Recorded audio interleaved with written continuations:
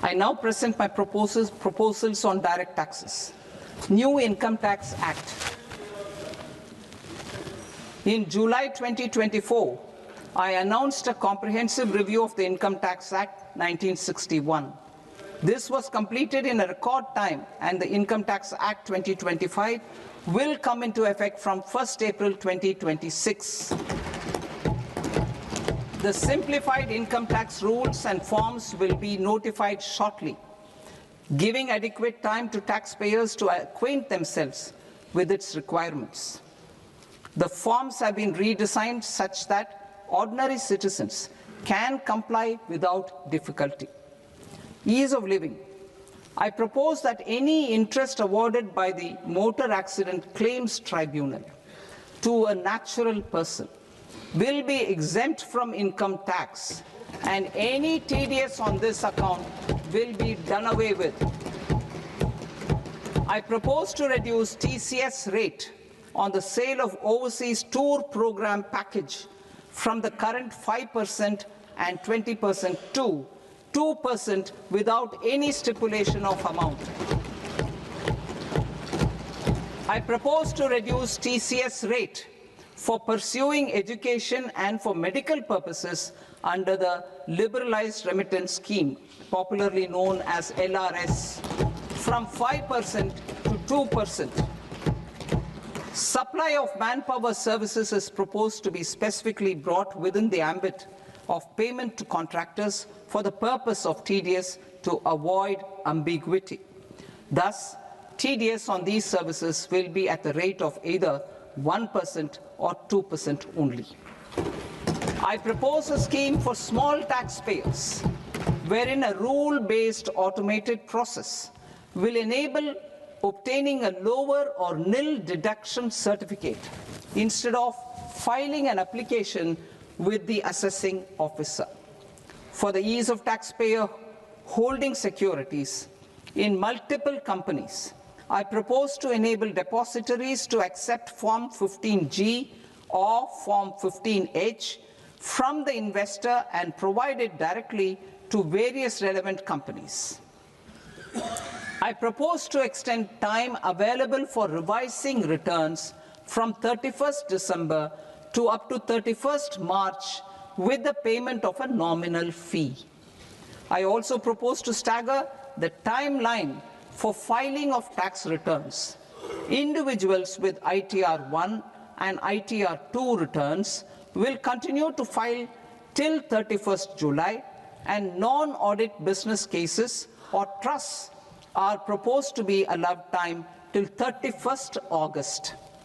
TDS on sale of immovable property by a non-resident is proposed to be deducted and deposited through resident buyers and his or her PAN-based challan instead of requiring a TAN, which is a temporary accounting number.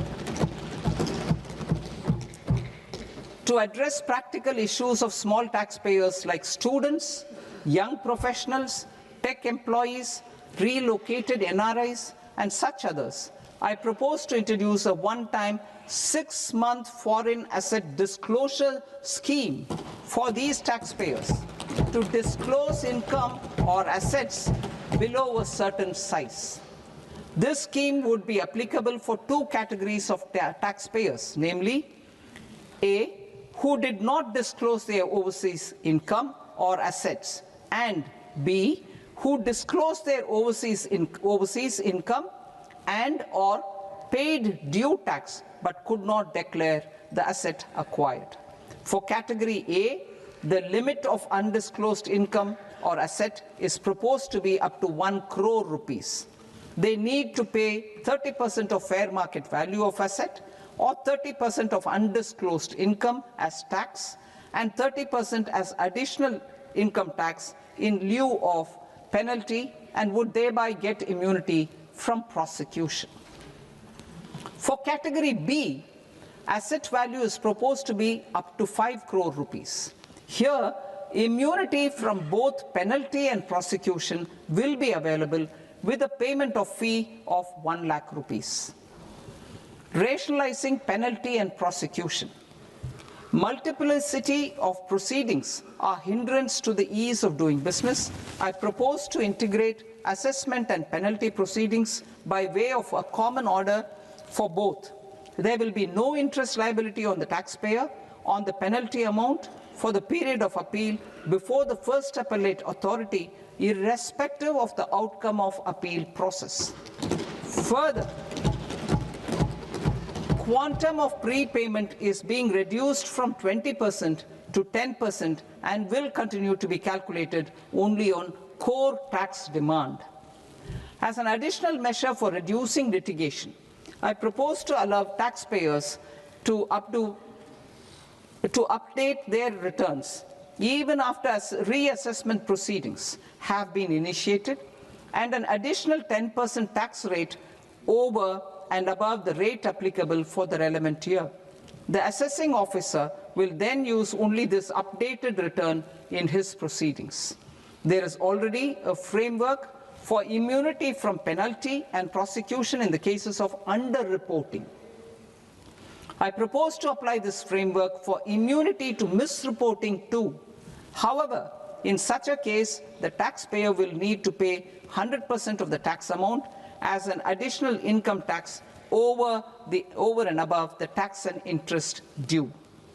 Penalties for certain technical defaults, such as failure to get accounts audited, non-furnishing of transfer pricing audit report, and default in furnishing statement for financial transactions are proposed to be converted into fee.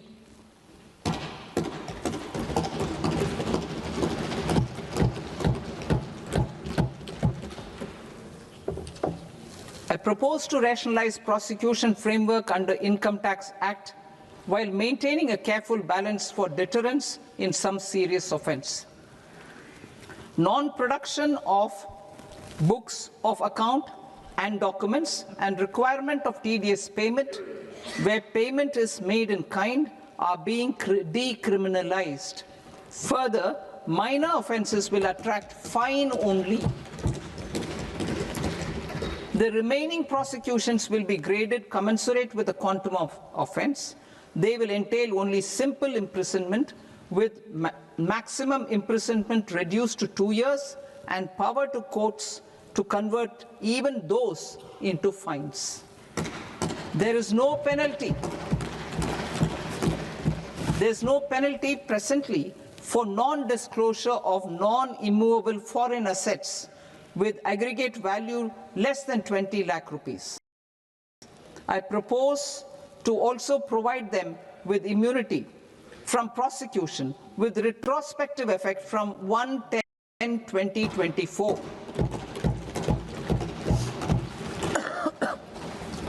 Cooperatives.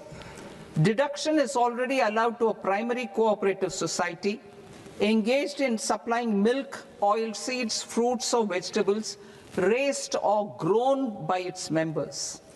I propose to extend this deduction to also include supply of cattle feed and cotton seed produced by its members. I propose to allow inter-cooperative society dividend income as deduction under the new tax regime to the extent it is further distributed to its members. I further propose to allow exemption for a period of 3 years to dividend income received by a notified national cooperative federation on their investments made in companies up to 31/1/2026. This exemption would be allowed only for dividends further distributed to its member cooperatives.